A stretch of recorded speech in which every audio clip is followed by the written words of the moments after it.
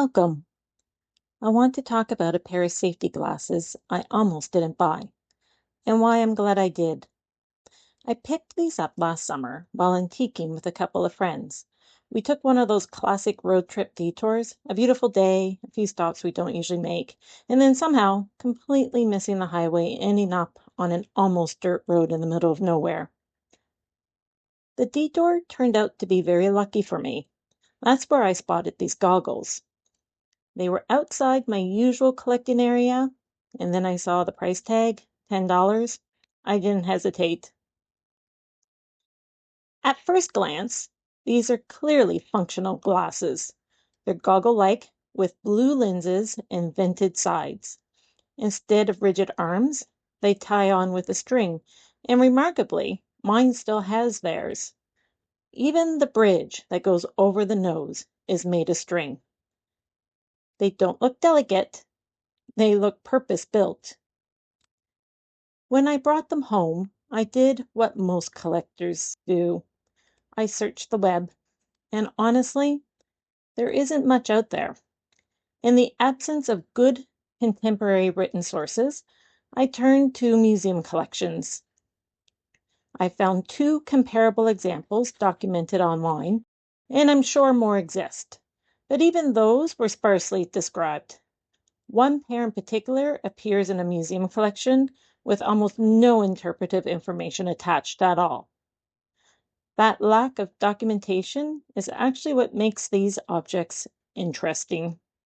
In the 19th century, eyewear like this was often referred to as eye protectors, railroad glasses, or cinder goggles. With the expansion of rail travel in the 1840s, flying sparks, dust, and hot cinders became an everyday hazard. The person who shoveled the coal in a steam locomotive was called the fireman, or stoker. The fireman's job was to maintain the intense fire required to generate steam, continuously feeding hundreds of pounds of coal into the firebox every day.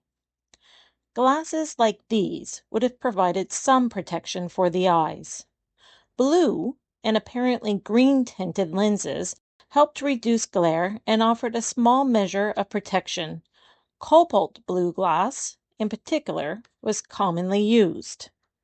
One of the most important names in early eye protection is Paul Johnson of Barton, Alabama.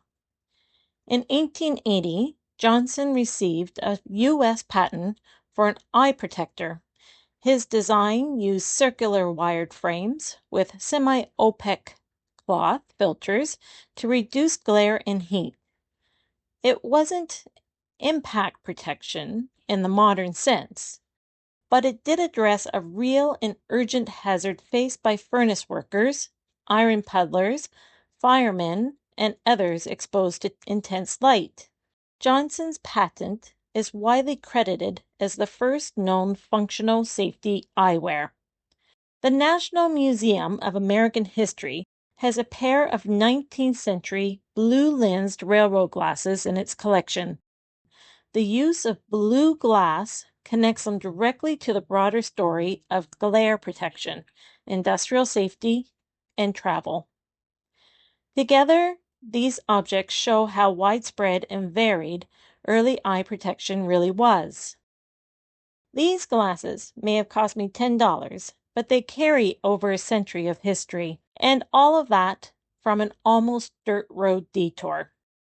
Before I wrap up, I want to say a sincere thank you to the museums and institutions that take on the enormous task of putting their collections online.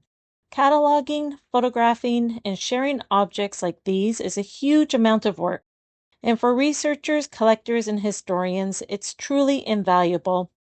It's very much appreciated.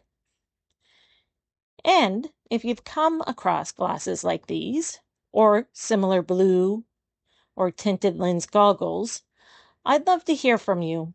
Even more so, if you know of any contemporary sources, catalogs, advertisements, photographs, trade literature, or written references that mention this style of eyewear, please share them in the comments.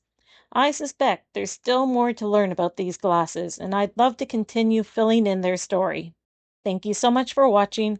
If you enjoyed this video, please consider liking it and subscribing to my channel. It really helps and lets me know you'd like to see more content like this.